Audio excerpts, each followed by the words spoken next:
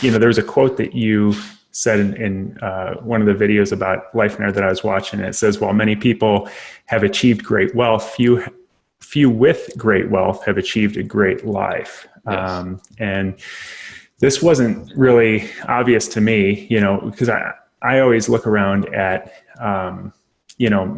look for mentors or look for people who I can emulate that are older than me, that have, lives that I would want. And as I started doing this, especially when I was younger, I realized that there's not that many, there's a lot of people who are wealthy. But when I think, do I want their lives? And I look at their whole life, not just, their bank account, and I see, spiritually or family or, health wise, they're really struggling and they're not very happy. And the wealth isn't fixing that. So where is it like, where's the disconnect, I guess, or how is it that there are some people who are wealthy that are very happy, and then there's a lot, probably more that aren't, that think they will be happy by being wealthy. So it's not that you can't be wealthy and be happy at the same time. So I guess what's the mindset shift, or what's the difference between these people that's required?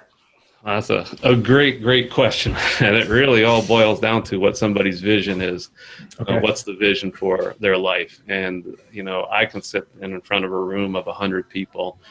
And when I sit here and I start talking about vision, if I ask everyone in the room, how many of you people have a vision for your life? Just about everybody in the room would raise their hand and say that they have a vision for their life. The fact of the matter is, more often than not, there's not a single person in that room that actually has a vision for their life.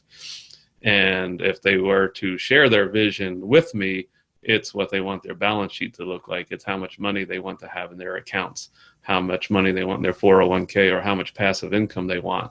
That's what they're thinking of when they think of their life vision. And rather than looking at money as a vehicle to help them to live the life that they want, they think that that's life. And the reason that they believe that is because that's what the world around us tells them. And, we're always glorifying the people who do have wealth. And you made a great point. You don't want to get behind closed doors in many of those homes, because it's not pretty.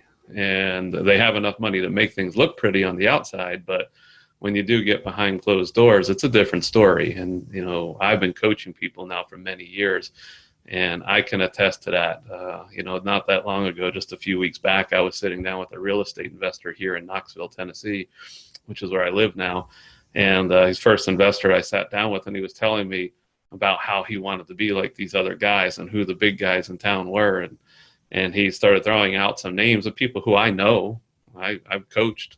I've been behind closed doors with them. And I said, you don't want to be like them.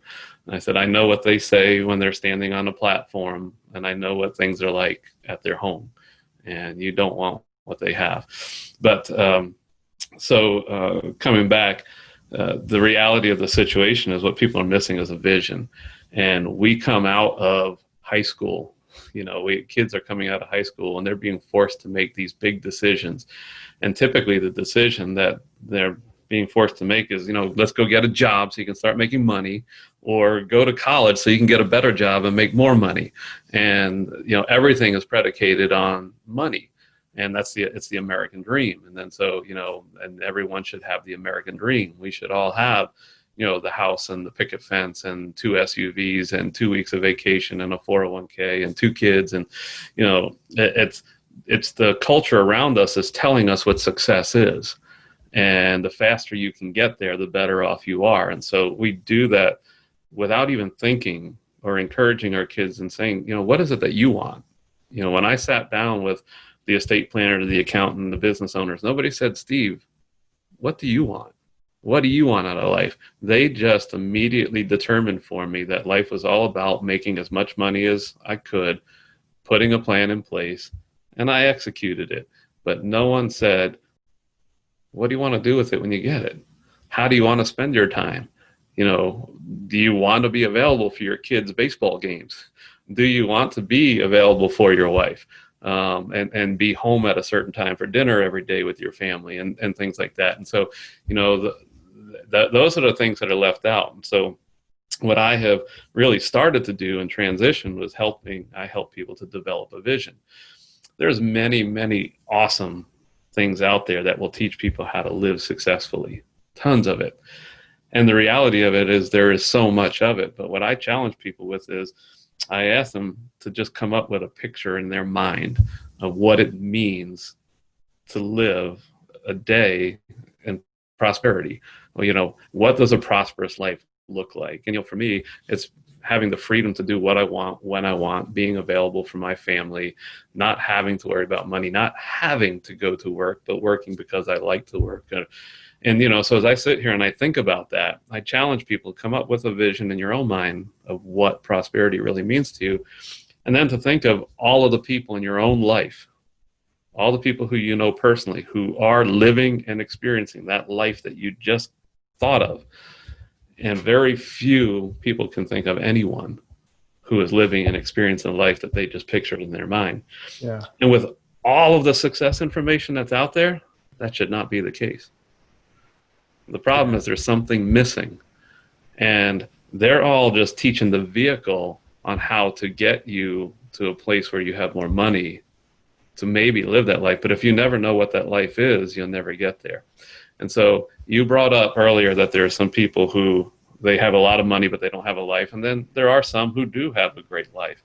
Many of the people who have money and have a great life are people who have lived long enough to figure it out. They're typically older. Mm-hmm. You'll rarely find somebody who is in their 30s and 40s with money who is living a great life. Around the Lifeonaire community, we see it all the time. But they finally figure out that, oh wait, there's more to life. I've already made money. Now I want a life. I want to do this. And that's the American plan. It's work 40 years so that one day you can live life.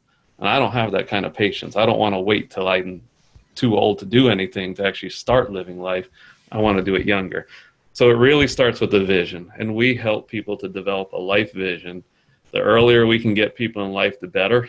And to really say, this is what I want my life to look like. Here's how I want to spend my time. And then we design a business or a career to serve the life that you want to live. And the business looks a lot different when you put life first. And say, I'm going to be home for dinner with my family every day. And I'm going to be at all of my kids' sports games. And I'm going to attend all of their things in school. And I'm going to make myself available to go on field trips and things like that. You have to design your business differently when you're going to be that kind of person.